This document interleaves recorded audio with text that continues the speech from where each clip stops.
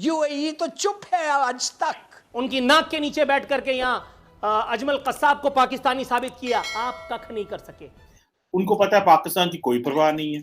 OIC को पहले ही वो बड़ा टफ स्टेटमेंट देते हैं, जब भी वो कश्मीर के बारे में बात करते हैं तो उन्होंने अपनी स्टेटमेंट वैसे रखी। इंडिया ने आगे से क्या किया, जो मेरे लिए बड़ी हैरानकुन बात है कि इंडिया आगे से उसको इंडिया ने रिजेक्ट कर दिया। हेलो दोस्तों, स्वागत है आपका हिंदी एनालिसिस में।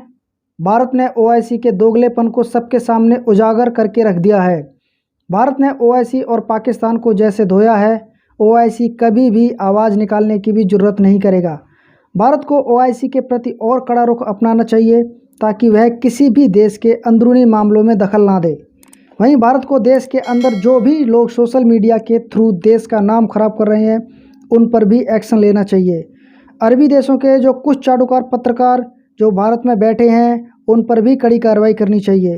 भारत सरकार के इस एक्शन से पाकिस्तानी मीडिया बौखला गया है और वह घिसी पिटी जुमलेबाजी शुरू कर दी है। साबक, जारी बात है वो साबक हो गई है नूपुर शर्मा साहिबा। उन्होंने एक ऐसी बात की नबी पाक सल्लल्लाहु अलैहि वसल्लम के बारे में कि जिससे पूरी मुस्लिम दुनिया में एक जो है वो टफ लाइन ली गई है।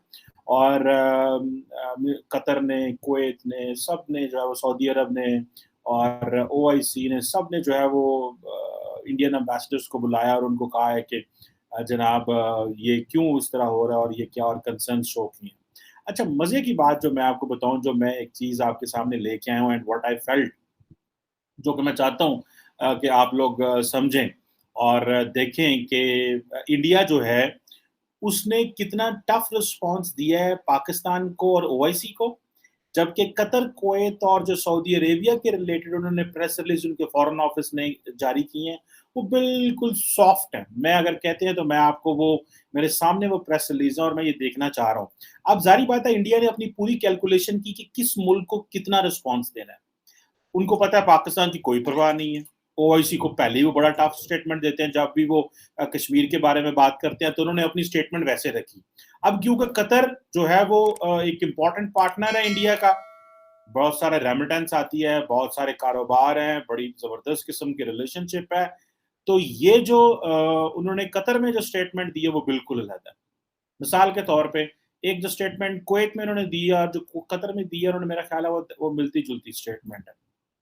उन्होंने कहा जनाब कि जो कुवैत में उन्होंने एक स्टेटमेंट दी और उन्होंने कहा जी कि हमें जो है वो बहुत सारे मीडिया की तरफ से ये इंक्वायरीज आई और एम्बेसडर ने भी हमारे ट्वीट्स किए हैं कि गवर्नमेंट ऑफ इंडिया जो है वो इस हवाले से ये जो नूपुर शर्मा ने बात की है, ये बेसिकली फ्रिंज एलिमेंट्स की बात है और हम बड़ी सिविलाइजेशनल हेरिटेज रखते हैं और हमारे बड़े स्ट्रॉन्ग कल्चरल ट्रेडिशंस हैं, डाइवर्सिटी है, सो एंड सो, और इस तरह की चीज़ें हैं।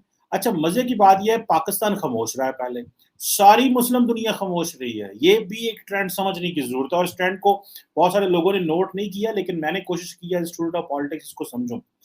कोई मुस्लिम दुनिया नहीं बोली इस पे, पाकिस्तान तो जर सिरे से नहीं बोला। भाई नूपुर शर्मा ने 3 दिन हो गए ये कम से कम बात की हुई, लेकिन कोई बंदा बोला ही नहीं है, किसी ने बात ही नहीं की। अब पाकिस्तान जो है इंडिया के बारे में तो हमेशा ट्वीट्स करता रहता, लो जी इंडिया में ये हो गया, इंडिया वो, पाकिस्तान ने तो जिक्र तक नहीं किया इसका, किसी को पता ही नहीं था यहाँ पे। वो तो इंडिया से बात चली तो सबसे पहले आई थिंक कतर ने इसके ऊपर स्टेटमेंट जारी की और उन्होंने जब कहा कि भाई ये हुआ तो फिर उन्होंने एम्बेसडर को कॉल ऑन किया, बुलाया, समन किया, नॉट कॉल ऑन, समन किया और उनको बताइए आप क्या कर रहे हैं। अच्छा, जब ओआईसी की स्टेटमेंट आई तो जो ऑफिशियल ओआईसी से स्पोक्स पर्सन है, उन्होंने क्या कहा, उन्होंने कहा जी हमने ओआईसी की स्टेटमेंट देखी है, जो गवर्नमेंट इंडिया है ना वो कैटेगोरिकली रिजेक्ट करता है ओआईसी सेक्रेटेरिएट की बात और इनकी नैरो माइंडेड कमेंट्स। अब एक तरफ जब कुवैत बात करता है तो कह रहे हैं कि जनाब हमारा सिविलाइजेशनल हेरिटेज है, फ्रिंज एलिमेंट्स है जो ये बातें करते हैं, लेकिन जब वही बात कुवैत करता है तो वो बड़े अच्छे तरीके से, मीठे तरीके से समझाने की कोशिश करते हैं। आप कहती हैं अरब मुल्क, मैंने आपको बताया है कि यूएई ने तो कुछ नहीं कहा ना, तुनिसिया ने तो कुछ नहीं कहा, मोरक्को ने तो कुछ नहीं कहा, क्या मतलब है आपको अरब मुल्क? अल्जीरिया ने कुछ नहीं कहा। ये अरब मुल्क, ये इन्होंने तो इनकरेज किया है।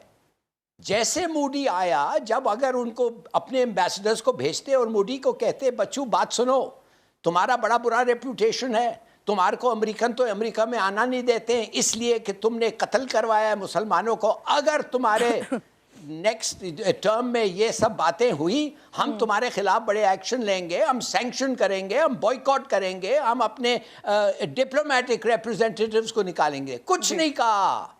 यूएई तो चुप है आज तक।